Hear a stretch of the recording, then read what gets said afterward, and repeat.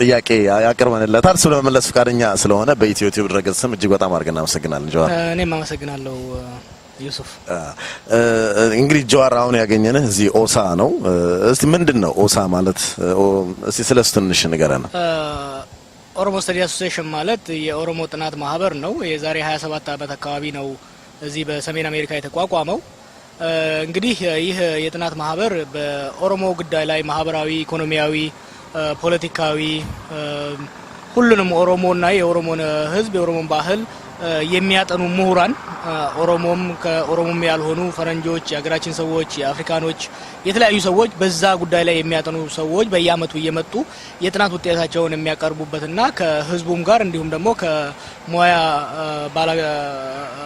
ባልደረቦቻቸው ጋር የሚወያዩበት የጥናት መድረክ ነው ሁሉ ጊዜ በአመት እዚህ ሃዋርድ ብቻ ነው ወይስ በየስቴቱ ይዘጋጃል በየአመቱ ወደ ተለያየ ስቴት ሄዳል በአመቱ ብቻ ሳይሆን ሚድየር የሚባል በየመንፈቁ የሚካሄድ የሁለት ቀን ኮንፈረንስም ይካሄዳልና በአመት ሁለቴ ነው ይሄኛው በየአመቱ ነው አንዋል ይባላል ትልቁ ነው በመሃል ላይ ደግሞ ሚድየር የሚባል አለ 3 ቀን የሚቆይ ነው ማለት ነው ሁለት ቀን ነው የሚቆየው በአጠቃላይ እንግዲህ 4 ቀን በአመት ይዘጋጃል ማለት ነው እንግዲህ አሁን በቀጥታ ወደ ሰሞኑ ጉዳይ ነው መገባው ጀዋር ይመስለኛል ከ3 ሳምንት ከ4 ሳምንት በፊት አልጀዚራ ላይ ስትሪም የሚባል ፕሮግራም ላይ ኢንተርቪው ስትደረግ አንድ በጣም ሰሞኑን አወያይ የሆነ ነገር ተናግረሃል ኦሮሞ ፈርስት በተመለከተ ማለት ነው እስቲ የነበረውን ቆይታ ንገረን ምንድን ነበር እዛ ላይ ያልከው እስቲ እንግዲህ እንደምታስታውሱት ይሄ አልጀዚራ ላይ ስቀርብ የሶስተኛ ጊዜ ነው አልጀዚራ ላይ ብቻ አይደለም በተለያዩ የዓለም አቀፍ ሚዲያዎች ላይ ቀርባለሁ በአልጀዚራ ላይ ሁለቴ ስቀርብ ስለ ኢትዮጵያ ነው የጠየቁት የመጀመሪያው እንደምታውቁት የ2010 ምርጫ ግምገማ ነው ከዛ በኋላ ደግሞ የአቶ መለስ ሞት ላይ ነው እና በነዛ በሁለቱ ምርጫዎች ላይ በነዛ ፕሮግራሞች ላይ ስለ ኢትዮጵያ ነው ትንታኔ እንደሰጠ የጠየቁት ያንን ስለ ኢትዮጵያ ትንታኔ ሰጥቻለሁ ይሄኛው ላይ ደግሞ ስለ ኦሮሞ ስፔሲፊክ የሆነ ጉዳይ ላይ ነው በዛ ላይ ስለ ኦሮሞ እንደ አንድ የኦሮሞን ህዝብ እንደሚያጠና ምሁርና እንዲሁም ደግሞ እንደ አንድ ለኦሮሞ መብት እንደሚሟገት ሰው ያለኝን አመለካከትና ያለኝን ትንታኔ ነው የሰጠሁት ግን በጊዜው ማን ይቀርም ባህል ሲባል ስለ ዜግነትም ሊሆን ይችላል ኦሮሞ ፈርስት ብለ ተናገራል ይሄ የማንነት ጥያቄ ነው ጥያቄው በጣም ግልጽ ነበር ጥያቄው ራስህን አስቀድመህ እንደ ኦሮሞ ነው ወይስ እንደ ኢትዮጵያዊ ነው የምታየው ነው የሚለው ይሄ የማንነት ጥያቄ ነው ማንነት መጀመሪያ ሰው ራሱን ነው የሚያው እኔ ያደኩበት የማንነት ጥያቄ ስንል ባህላዊ ስነልቦናዊ ፖለቲካዊ እና ማህበራዊ ጉዳዮችን ያካተተ ነው በሁሉ መመዘኛ ሲመጣ ለኔ የሚቀድመው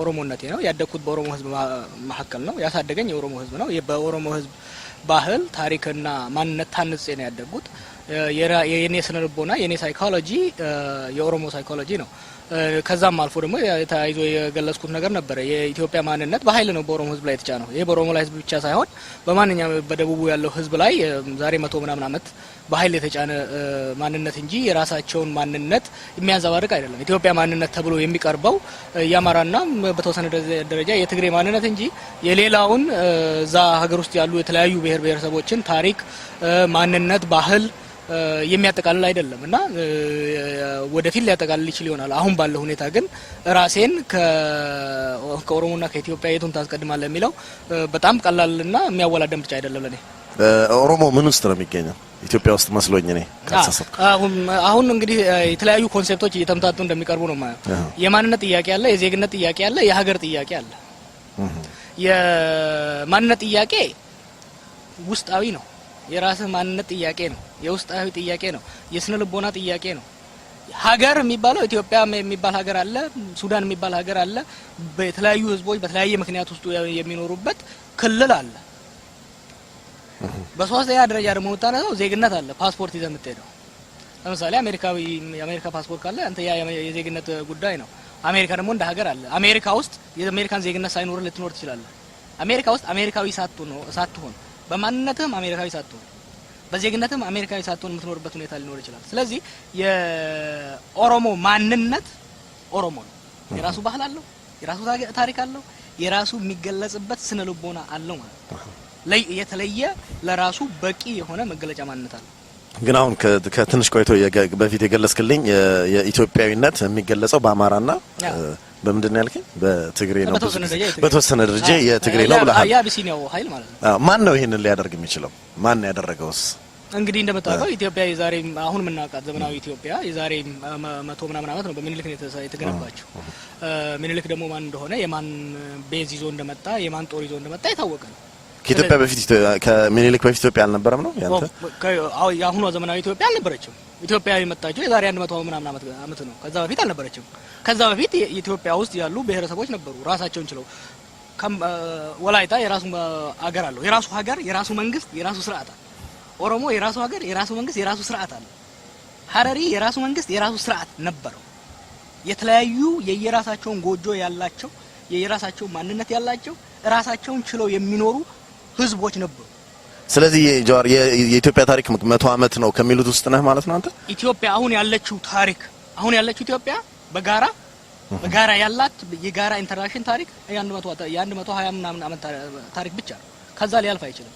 ከዛ በፊት ኦሮሞ የ5000 ታሪክ አለው፣ ወላይታ የ5000 7000 ታሪክ አለው፣ አማራው የዛና አይነት ታሪክ አለው፣ ትግሬው የራሱ ታሪክ አለው። እንደዛ በጋራ ግን ህብረ ብሔር የሆነችው የዛሬዋ ኢትዮጵያ የጋራ ታሪክ አሁን ምናውቃት ኢትዮጵያ ያላት የዚህ የ100 ምናምን ዓመት ብቻ ነው። ስለዚህ አሁን ባለው ኢትዮጵያ ተስማማና አንተ የጋራ በሚለው የጋራ ሀገር አለ አሁን? አዎ የጋራ ማንነት ግን የለም። አሁንም የጋራ ማንነት አልተገነባም። አሁንም ቢሆን ያለው ብሔሮችና የተጨቆኑ ህዝቦች የራሳቸው ማንነት መልሰው የገነቡበት ሁኔታ ነው ያለው። ሚኒልክ ሲመጣ ያደረገው ምንድነው? ያንን ለየብቻ ያለው ማንነት ንዶ አንድ የአማራ ባህል ነው በህዝቡ ላይ ይጫረው። ከዛ በኋላ በሂደት ውስጥ ብሔሮች ተነስተው በመታገል የራሳቸውን ቤት በመስራት ፌደራሊዝም ገንብተዋል።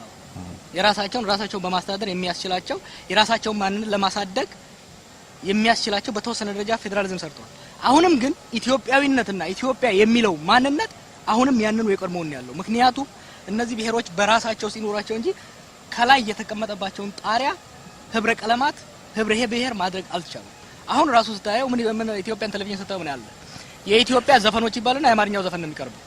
ከዛ የብሔር ብሔረሰቦች ይመጣል፣ ሀዲያው፣ ኦሮሞው፣ ሶማሌው ይመጣል። ዲሲ ሁለቱን ልዩነት የኢትዮጵያ ባህልና የኢትዮጵያ ባህላዊ ዘፈንና የኢትዮጵያ ብሔር ብሔረሰቦች ቀን አለ። አያ ያ አሁንም እዛ ላይ አልተደረሰም።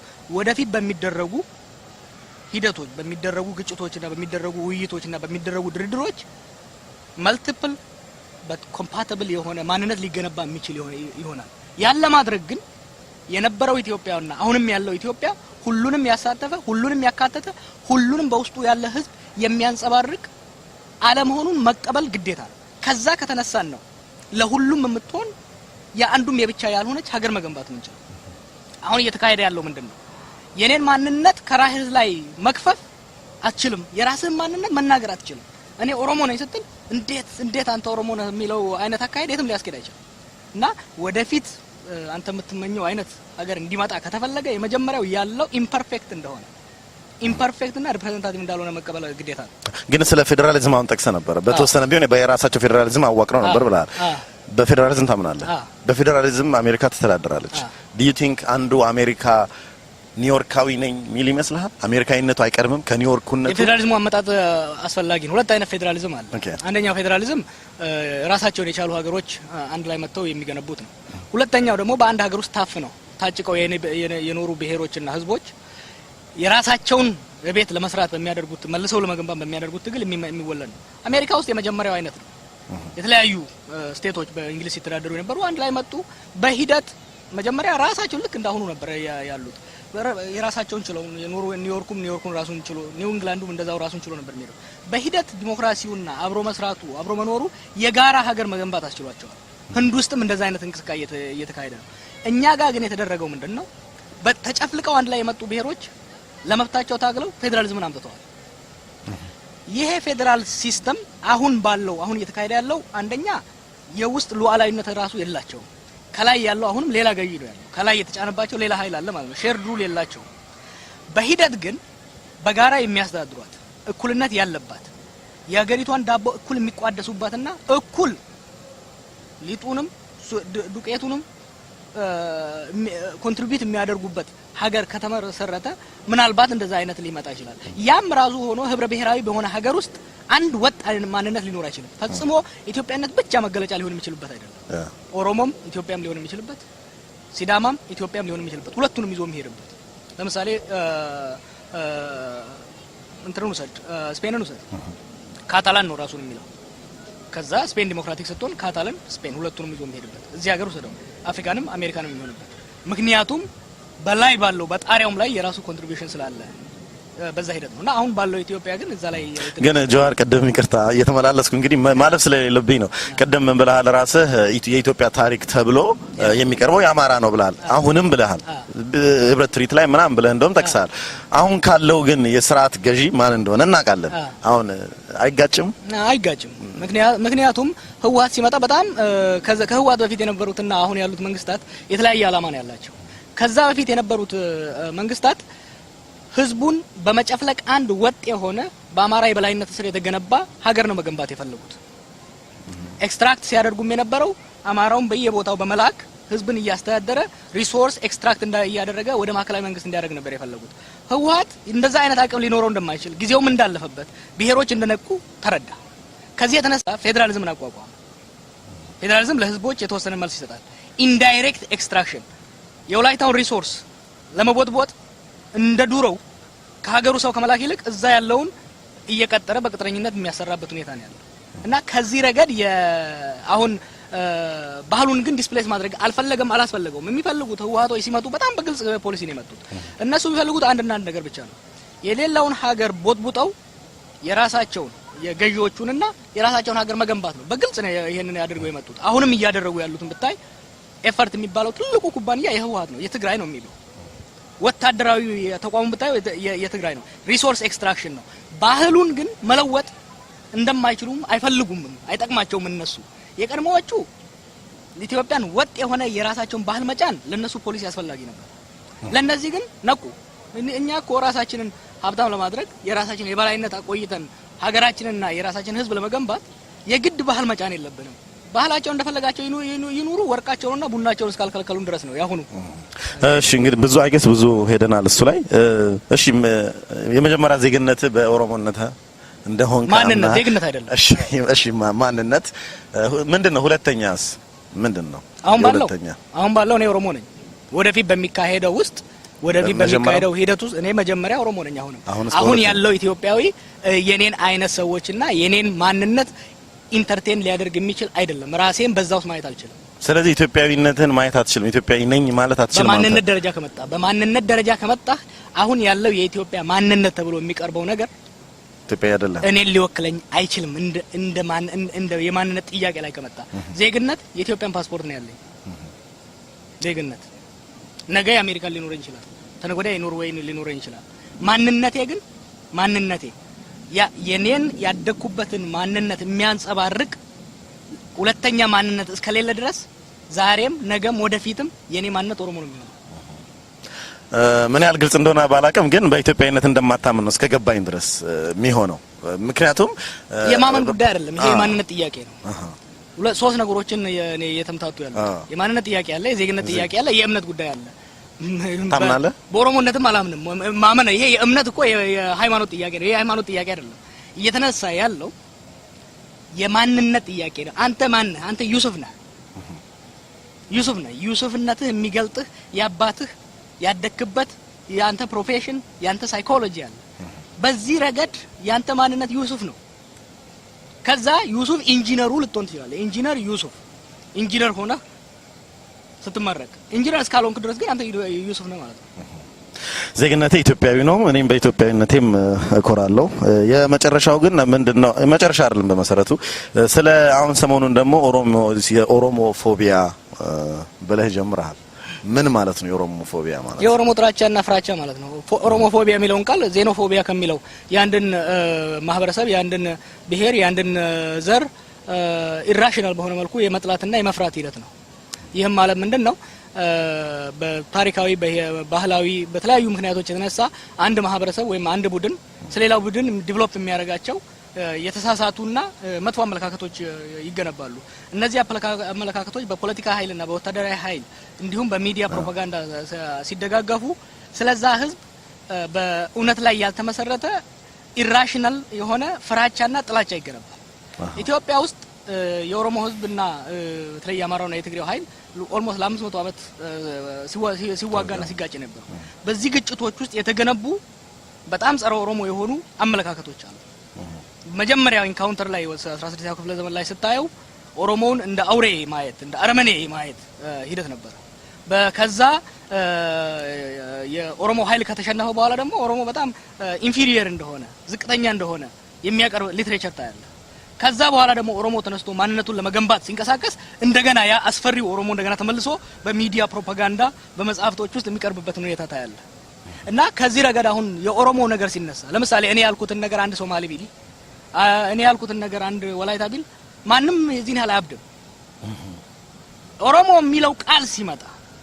ኦሮሞ የሚለው ቃሉ ብቻ ሲመጣ ደሙ ይፈላል አብዛኛው ሰው በሚዲያ ውስጥ ለምሳሌ በቅርቡ 6 ወር አካባቢ ነው እና አንድ ጓደኛዬ የኦሮሞ ሙዚቃና የኦሮሞ ባህልን የሚያሳይ እንደ ጃዝ ባር አይነት ኢትዮጵያ ውስጥ መክፈት ይሞክራል አዲስ አበባ ውስጥ ይፈልጋልና የቢዝነስ ኢንቨስተሮችን ምናምን ሲያናግራቸው ጓደኞቹ በጣም አብሮት አንጋውት የሚያደርጉት በጣም በገረመው መልኩ የሚያቀርቡት ምንድነው ደሄኮ ዘረኝነትን ማስፋፋት ነው የጉራጌ ክትፎ ቤት አለ የትግሬ ጥሩ ምግብ ቤት አለ የኦሮሞ ሲመጣ ግን ዘረኝነት ነው የኦሮሞ ሲመጣ ግን ፍራቻ ነው ይሄ የራሱ የሆነ ባህላዊ ታሪካዊ ማህበራዊ ኮንስትራክትድ የሆነ ጸረ ኦሮሞ አመለካከት አለ ይሄ ደግሞ አደገኛ ካንሰር ይሄ ለኢትዮጵያ አደገኛ ካንሰር ነው ምክንያቱም የኦሮሞ ማህበረሰብ ከእንግዲህ ተመልሶ አቀርቅሮ የሚሄድበት ዘመን አልፏል ከእንግዲህ የኦሮሞ ማህበረሰብ የኦሮሞ ብሔር የኦሮሞ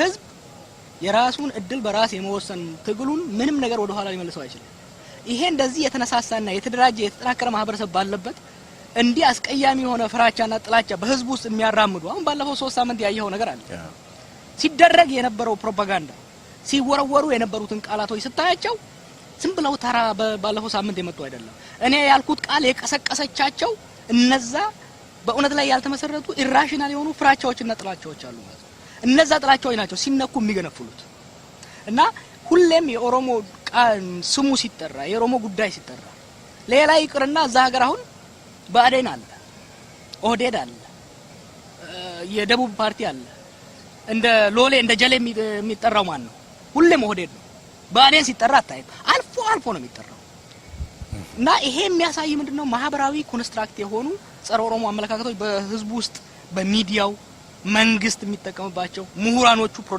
ፕሮዲዩስ የሚያደርጉት ሂደት አለ ይሄን ደግሞ ምሁራኖቹ በምሁራን ደረጃና በፖለቲካ አመራሩ ደረጃ የሚደረገው ለምንድን ነው ኦሮሞን ከስልጣኑ ለማቆየት ነው ስልጣን መጥቶ ከእንዳይጋፋ ኦሮሞ ማጆሪቲ እና ላርጅ ከመሆኑ የተነሳ ሰብስታንሻል የሆነ ማህበረሰብ ከመሆኑ የተነሳ ትልቅ ኢኮኖሚ ላይ ከመኖሩ የተነሳ ሲመጣ የስልጣን ጥያቄ የሚያነሳና ወደ ስልጣን የሚጠጋ ከሆነ ስልጣን የሚነጥቀው በትንሽ ወርወረለም የሚቀር አይነት ኃይል አይደለም ስለዚህ ይሄንን ህዝብ ወደ ስልጣን እንዳይጠጋ ምን ታረጋዋለ የተቀረውን ህዝብ እሱን እንዲጠላውና መጡልህ ሊደመስዋችሁ ነው ሊጨርሷችሁ ነው ሊገነጣጥሏችሁ ነው ሊያጠፏችሁ ነው የሚል ይደታያል ኢትዮጵያ ውስጥ የብሔር ጥያቄ ያነሳ ኦሮሞ ብቻ አይደለም ኦጋዴን እየተዋጋ ነው ሞር ራዲካል በሆነ መልኩ ከኦሮሞ ሲዳማ አላቸው የራሳቸው ሊበሬሽን ፍሮንት አፋሮች አላቸው ሁሌ ግን እንደ አደገኛ የሚቀርበው የኦሮሞ ነውና ይሄ የራሱ የሆነ ታሪካዊና ባህላዊ መስረታ አለው ለማለት ያለው ኦኬ አሁን እንደ ካነጋገር እንደተገለጽኩት በብዙ አቅጣጫ የኦሮሞ ትግል ላይ ነው የኦሮሞ ትግል ወዴት ነው የሚሄደው ታላቂቷ ኢትዮጵያ ለመገንባት ነው ወይስ ታላቂቷን ኦሮሚያ ለመገንባት ነው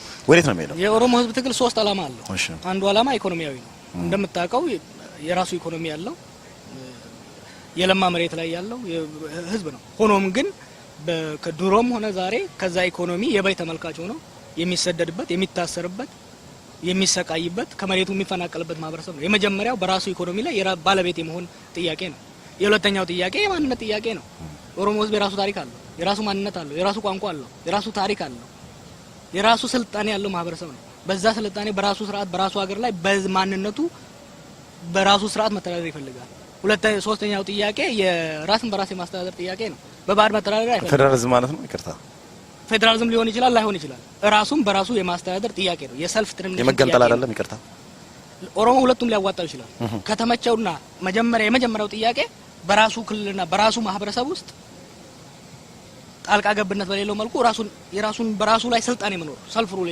ጥያቄ ነው ከዛ በኋላ ከሌላው ማህበረሰብ ጋር የሚያደርገው የፖለቲካና ማህበራዊ ቁርኝነት ሊኖረው ይችላል ያም ሊያዋጣው ይችላል ያም ሆነ ይህ ግን ምንም ኦሮሞ ፈቀቅ እልፍ የማይለት ነገር ምንድነው ከእንግዲህ በኋላ የራሱን ንብረት አንዱ ዘርፎ ሲሮጥ የሚያቀበልበት ቁጭ ብሎ የሚያይበት ዘመን ሊኖር አይችልም በራሱ ማንነት የሚሸማቀቅበት የሚቀለድበት ዘመን ኦቨር ነው ተመልሶ ሊመጣ አይችልም በራሱ ቀይ ላይ ሌላ ሰው መጥቶ የሚያስተዳድርበት ምንም ሂደት ሊኖር አይችልም በእነዚህ ሶስቶቹ ላይ ናቸው እነዚህ ሶስቱ ከተረጋገጡ በኋላ ከሌላው ግሬተር ኢትዮጵያ ብቻ አይደለም ግሬተር አፍሪካንም ሊገነባ የሚያስችለው ውስጣዊ ፖለቲካዊ ማህበራዊና ታሪካዊ ብቃት አለ ግን ግሬተር ኢትዮጵያን ለመገንባት ግሬተር አፍሪካን ለመገንባት ሎሌ አይሆንም ባሪያ አይሆንም በማንነቱ አይሳቀቅም የራሱን ንብረት አሳልፎ አይሰጥም ማንንም ሰው ቢሆን ከራሱ አልፎ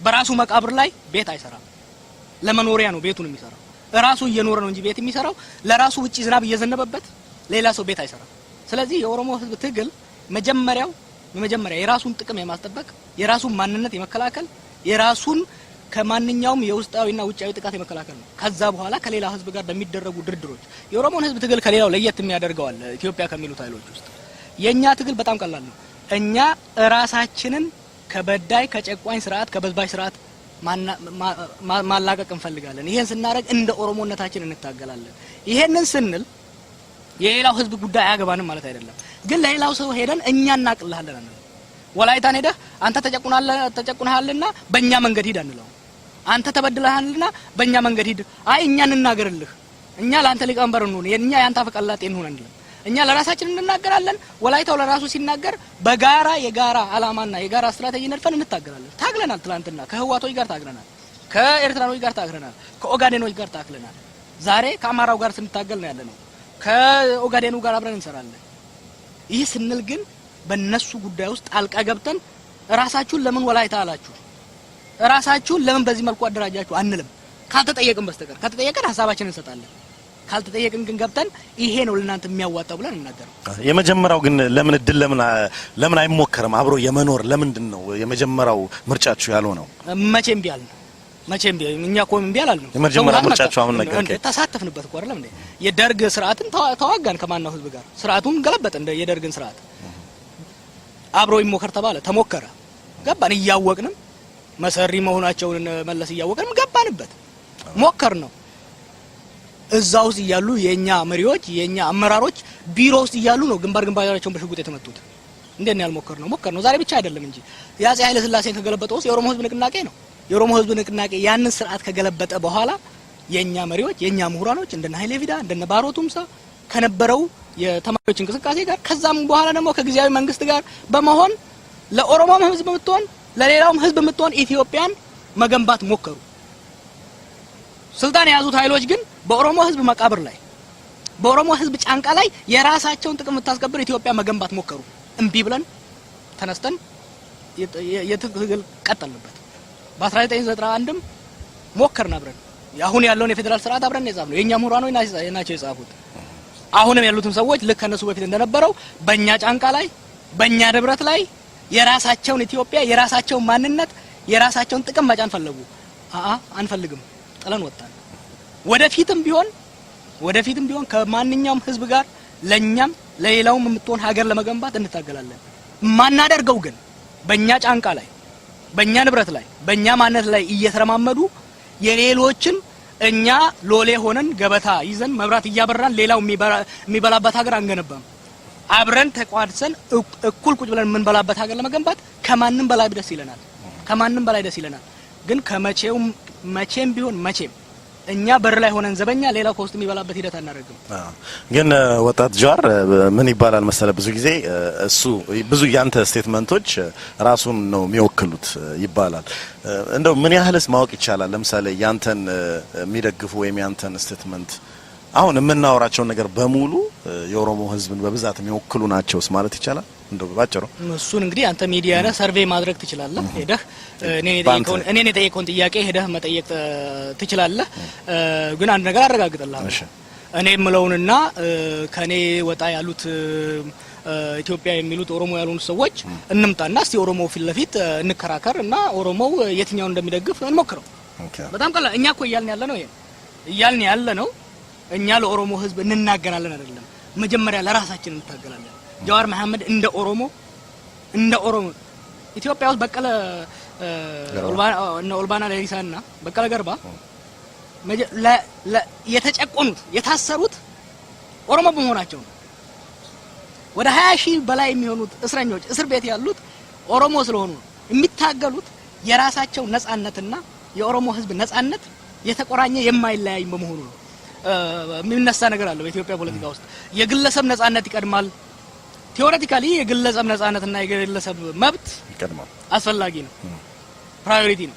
ግን አንድ ሰው ብቻውን መብቱን ማግኘትም አይችልም።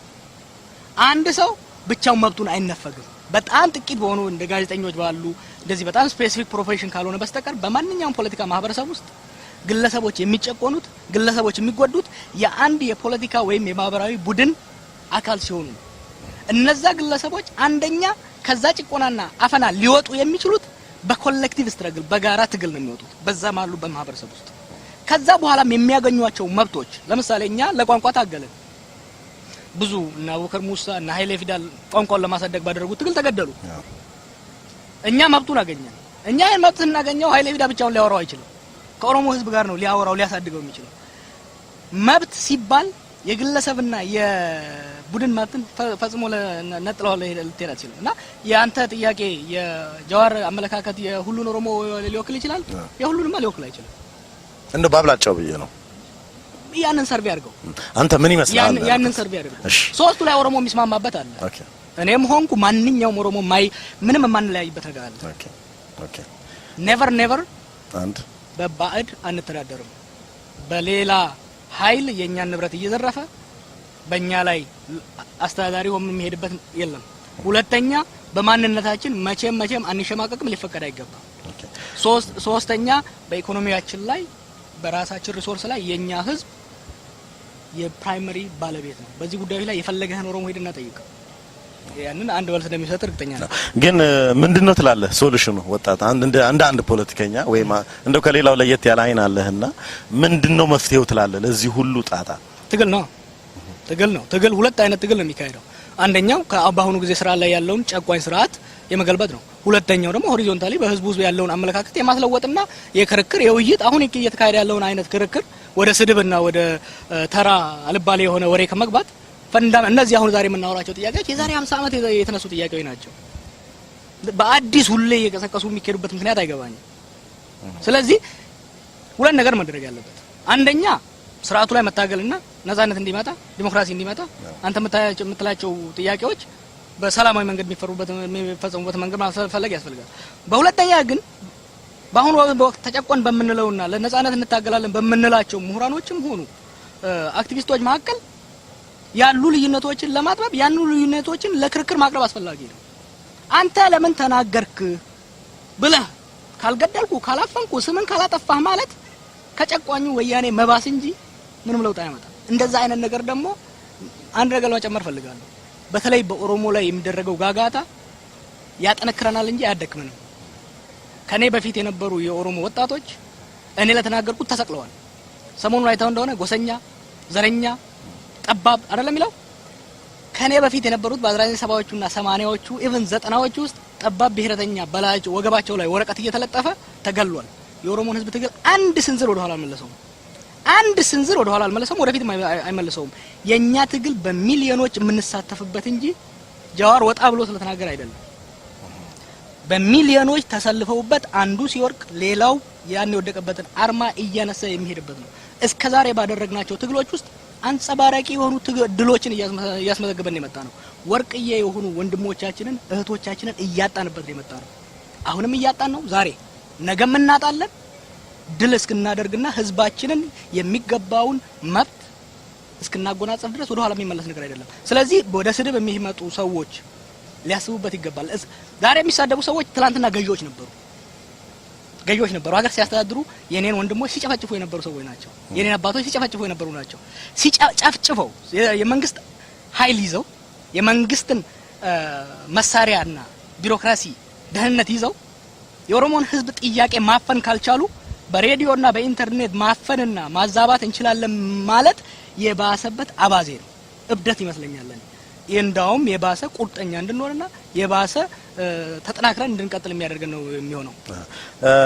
ወደ ቀደሙ ለመለስና ምናልባት አሁን አንድ ነገር አለ ብዙ ሰው የሚለው ነገር ለምሳሌ አሁን ሀገሪቷ ባለችበት ቀውስ ውስጥ ሁሉም በአንድነት ትግል በሚያደርግበት ወቅት የአንድን ብሔር ጥያቄ መዞ እንደውም አንተነ እንደውም የተባለው ጀዋር መዞ ይሄን ነገር ርዕስ ሰጥቶ ህዝቡ እንዲያወራበት ምናምን ኢሹ መፍጠር በራሱ ምን ያህል ፌር ነው ትላለህ? ሁለት ቁም ነገር ያለ ይመስለኛል። አንደኛ እኔ አልመዘዝኩም፣ በሚዲያ ነው የተጋበዝኩት እንድተነተን። ስለ ኢትዮጵያ ተጠየቅኩ፣ ስለ ኢትዮጵያ መለስኩ። ስለ ኦሮሞ አላወራሁም። ስለ ሙስሊም ስጠየቅ ስለ ሙስሊም እናገራለሁ።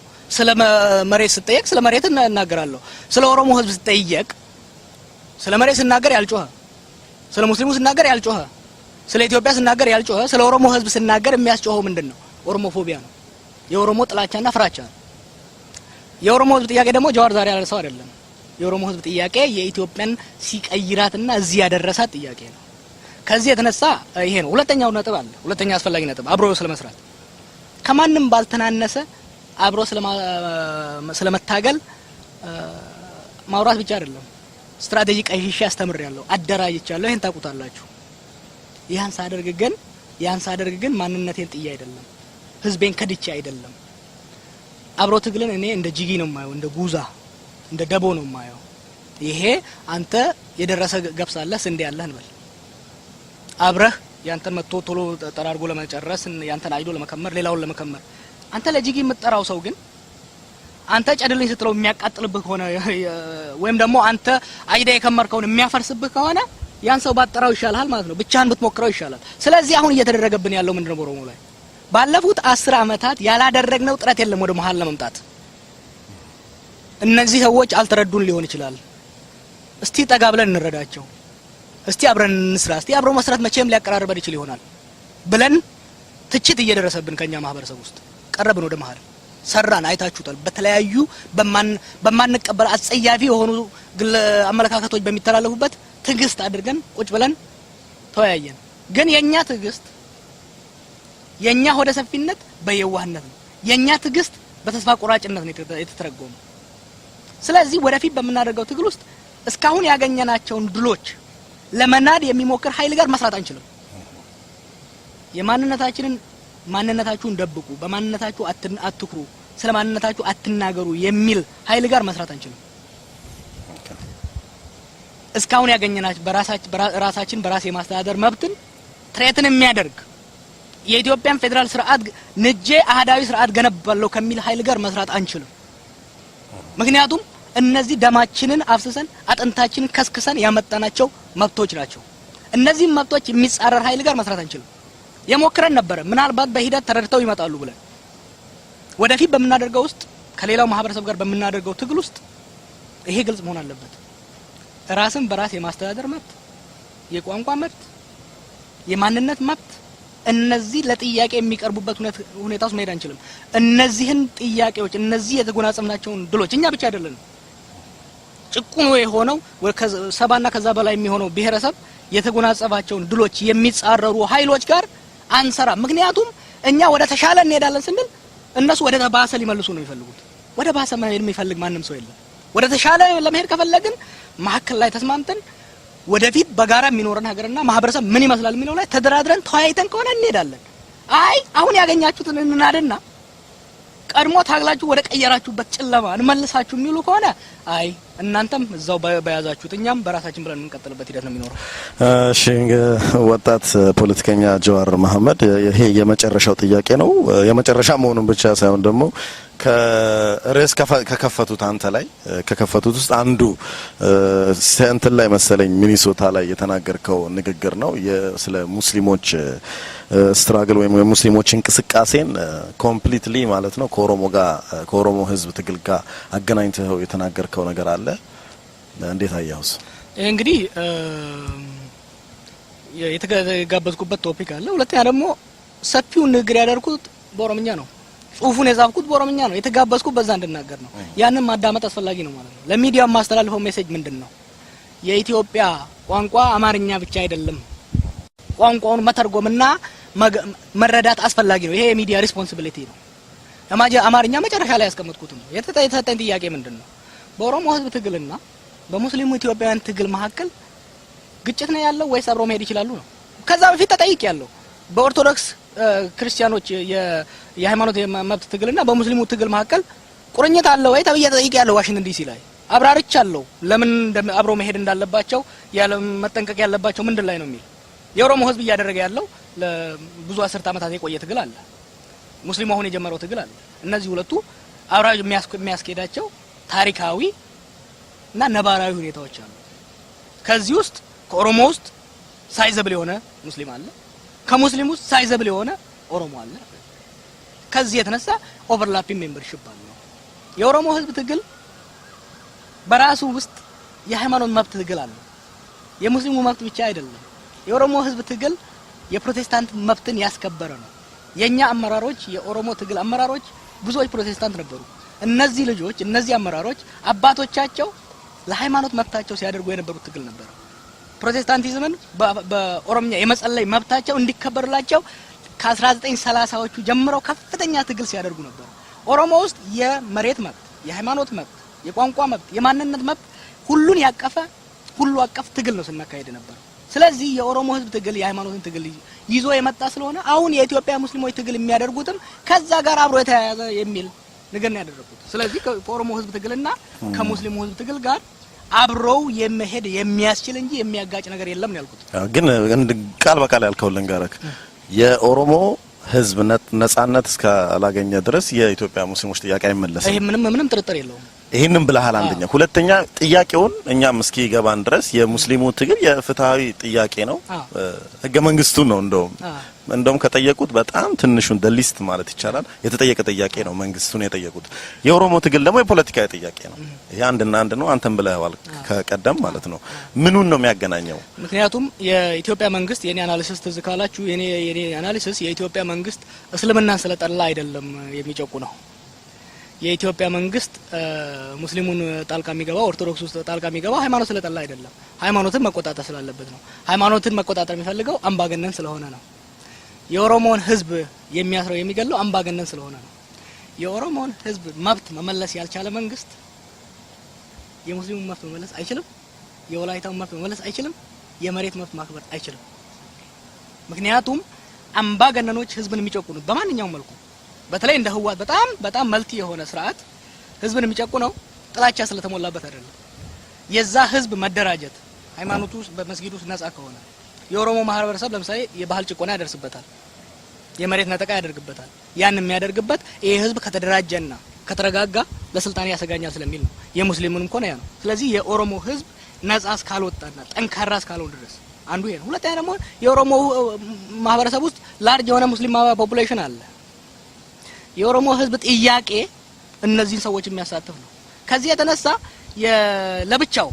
ለብቻው ለተወሰነ ሙስሊሞች መብት ሊሰጥ አይችልም የኦሮሞን ሙስሊሞች መብት የኦጋዴኖች ሙስሊሞች መብት የአፋሩን መብት እየገፈፈ የተወሰኑ ሙስሊሞችን የትግራይ ሙስሊሞችን መብት አከብራለሁ ማለት አይቻልም ምክንያቱም ሁሉም ማህበረሰብ የተወሳሰበ ነው ለዚህ ነው ኢትዮጵያ ውስጥ ደጋግመን የምንለው ነገር አለ የኦሮሞን ህዝብ መብት ሳታስከብር ዲሞክራሲ ማምጣት አትችልም ነው የምለው ይሄን የምለው ለምንድን ነው አንድ ስርዓት አንድን ማህበረሰብ ውስጥ በዛ ውስጥ ያሉትን እንደ ማህበረሰብ የሚጨቁን ከሆነ ዲሞክራሲያዊ ነው አምባገነናዊ ነው አምባገነናዊ ከሆነ ደግሞ ሁሉንም የሚንሰራሩ ማህበረሰቦችን ይጨቁናል ያንን ለማለት ፈልጌ ነው ግን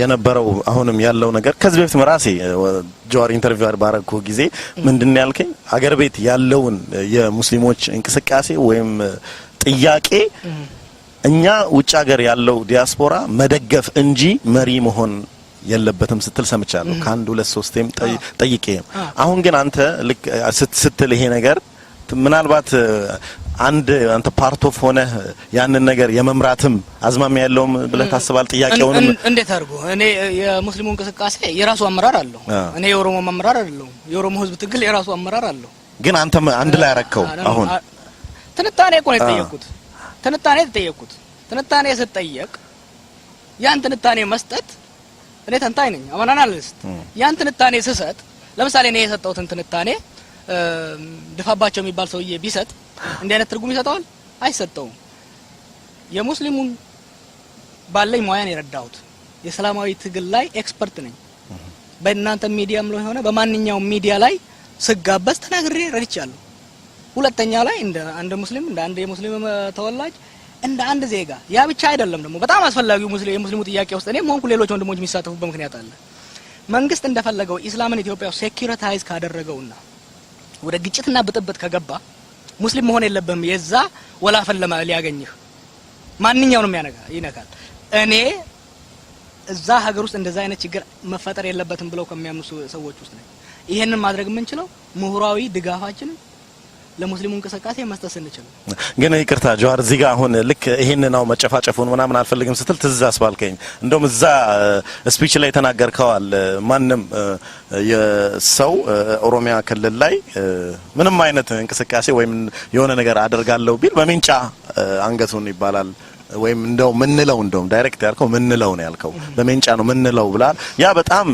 ትንሽ አስፈሪ ነው ምክንያቱም ትንሽ ኢሜጅም ሊቀይር ይችላል ሙስሊሞች ወደ ስለዚህ ይሄ ልክ ነው ብለህ ታስባለህ በሜንጫ አንገቱን ማለት ምን ማለት ነው መጀመሪያ የንግግሩን ኮንቴክስት አንደርስታንድ ማድረግ አስፈላጊ ነው ኮንቴክስቱ ምንድነው የሁለት ማህበረሰብ የነበረ ጥያቄ ነበር ያም ጥያቄ ምንድነው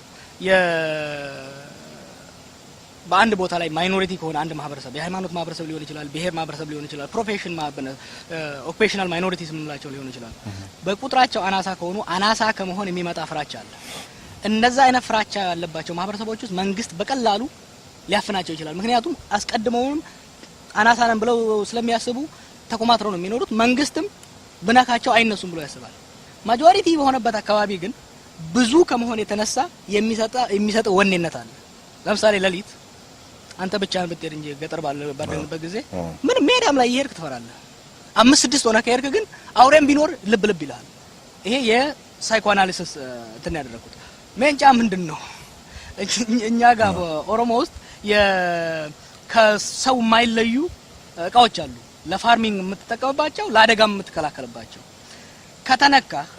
ከተነካ ህዝቡ ባያዘው ይነሳብሃል ማለት የፈለኩት እንግዲህ የኢስተርን ኦሮሞም ደግሞ ሪሜምበር ስናገር የነበረው ኢስተርን ኦዲየንስ ነው ለኦሮሞ ኦዲየንስ ነው በብዛት እየተናገርኩትና ለምሳሌ ስለ ያደኩት አርሲውስ ቢሆን ኖሮ ስለ ጦር ነው የምናገረው ምክንያቱም የአርሲ ወንድ ማንኛውም ጊዜ አደን ነው የሚሄደው አደን ሲሄድ ጦር ይዞ ነው የሚሄደው ሻውስ ቢኖር ስለ ሻው ኦሮሞ ብናገር ሽመል ነው ስለ ሽመል ነው ማለት ምክንያቱም ሽመል ነው ይዞ የሚሄደው ከረዩስ ቢሄድ ተጎሪ ነው የሚለው እና ይሄ የውስጥ ብሂል ነው ያነጋገር ብሂል ነው ግን ጆሃር ለምሳሌ አሁን ህዝቡ አንድ ይመስለኛል ህዝቡ ጋር ችግር ያለ አይመስለኝም ኢትዮጵያ ውስጥ ሙስሊሞች የጠየቁት መንግስትን ነው ህገ መንግስታችን ይከበር ያወጣው ህገ መንግስት አክብር የሚል ነው ባንታ አነጋገር ግን መጥቶ ቢናገረን በሜንጫ ነው ምንለው መንግስት ነው አሁን ያልከው ምንለው አይደለም እኮ እኛ ጋር ብዙ ከመሆናችን የኮንቴክስቱን አንደርስታንድ ማድረግ መቻል አለበት ኮንቴክስቱን እንደ ኤግዛምፕል ነው ማነሳው ለምሳሌ ይሄ ጥያቄ የሚመጣው ምንድነው